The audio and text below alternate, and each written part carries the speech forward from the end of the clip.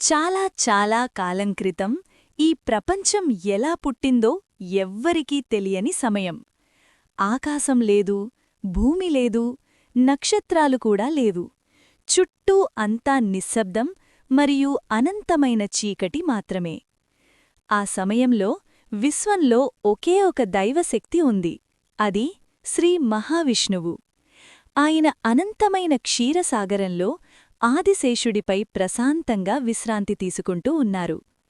ఒకరోజు ఒక అద్భుతం జరిగింది. మహావిష్ణువు నాభి నుండి ఒక అందమైన తామర పువ్వు బయటకు వచ్చింది. ఆ తామరపై జన్మించినవాడు బ్రహ్మదేవుడు. బ్రహ్మదేవుడు చుట్టూ చూసి ఆశ్చర్యపోయాడు. ఎక్కడ చూసినా ఖాళీ మాత్రమే కనిపించింది. జీవులు లేవు, పర్వతాలు లేవు, నదులు లేవు. అప్పుడు మహావిష్ణువు బ్రహ్మదేవుడికి ఇలా అన్నారు: ఈ విశ్వాన్ని సృష్టించడానికి నీకే బాధ్యత. ఈ ఖాళీ ప్రపంచాన్ని జీవంతో నింపాలి. అది విన్న బ్రహ్మదేవుడు కళ్ళు మూసుకొని లోతైన ధ్యానం చేశాడు. ఆ తర్వాత ఆయన సృష్టిని ప్రారంభించాడు. మొదటగా ఆయన కాలాన్ని సృష్టించాడు. తర్వాత సూర్యుడు, చంద్రుడు, నక్షత్రాలు పుట్టాయి. ఆ తర్వాత భూమి, పర్వతాలు, సముద్రాలు, నదులు ఏర్పడ్డాయి. కొద్దికాలం తర్వాత భూమిమీద చెట్లు, పక్షులు, జంతువులు పుట్టాయి. చివరికి బ్రహ్మదేవుడు మనుషులను కూడా సృష్టించాడు.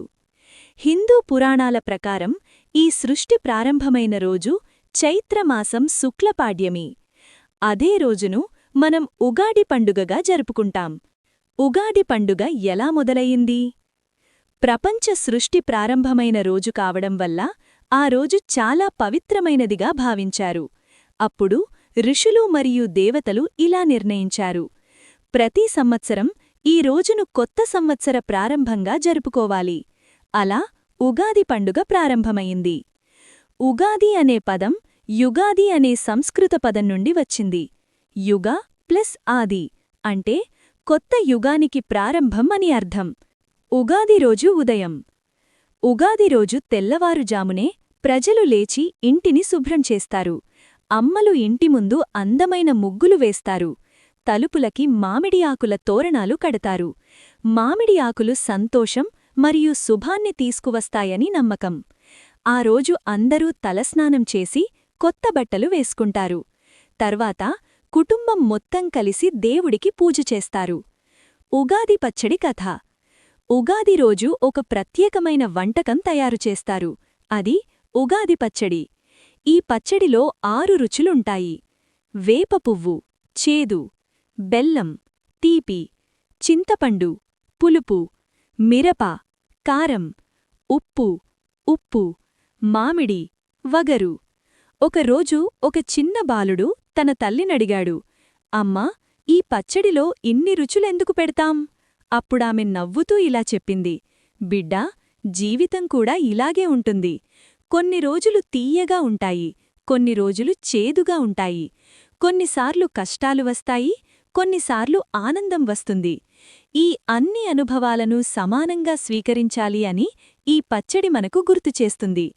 అది విన్న బాలుడు ఆనందంగా ఉగాది పచ్చడి తిన్నాడు. పంచాంగ శ్రవణం. ఉగాది రోజు మరో ముఖ్యమైన సంప్రదాయం పంచాంగ శ్రవణం. ఆ రోజు పండితులు కొత్త సంవత్సర పంచాంగాన్ని చదివి వినిపిస్తారు. వచ్చే సంవత్సరంలో వర్షాలు ఎలా ఉంటాయి, పంటలు ఎలా పండుతాయి, ప్రజల జీవితం ఎలా ఉంటుంది అనే విషయాలు చెబుతారు. ప్రజలు ఆసక్తిగా విని దేవుడిని ప్రార్థిస్తారు. ఉగాది పండుగ యొక్క నిజమైన అర్థం. ఉగాది కేవలం ఒక పండుగ మాత్రమే కాదు. ఇది కొత్త ఆశలకు ప్రారంభం. మన గత తప్పులను మరిచిపోయి కొత్త లక్ష్యాలతో ముందుకు వెళ్లాలని ఇది మనకు గుర్తుచేస్తుంది. ప్రకృతి కూడా ఈ సమయంలో కొత్త ఆకులతో, పూలతో పునరుజ్జీవం పొందుతుంది. అలాగే మన జీవితంలో కూడా కొత్త ప్రారంభం చెయ్యాలని ఉగాది చెబుతోంది. కథ యొక్క నీతి: జీవితం ఎప్పుడూ ఒకేలా ఉండదు. కొన్ని రోజులు ఆనందం, కొన్ని రోజులు కష్టాలు. కాని ప్రతి కొత్త సంవత్సరం మనకు కొత్త అవకాశాన్నిస్తుంది. కాబట్టి ఆశతో, ధైర్యంతో ముందుకు సాగాలి. అందుకే ప్రతి ఉగాది రోజున మనం ఇలా అంటాం: ఉగాది శుభాకాంక్షలు.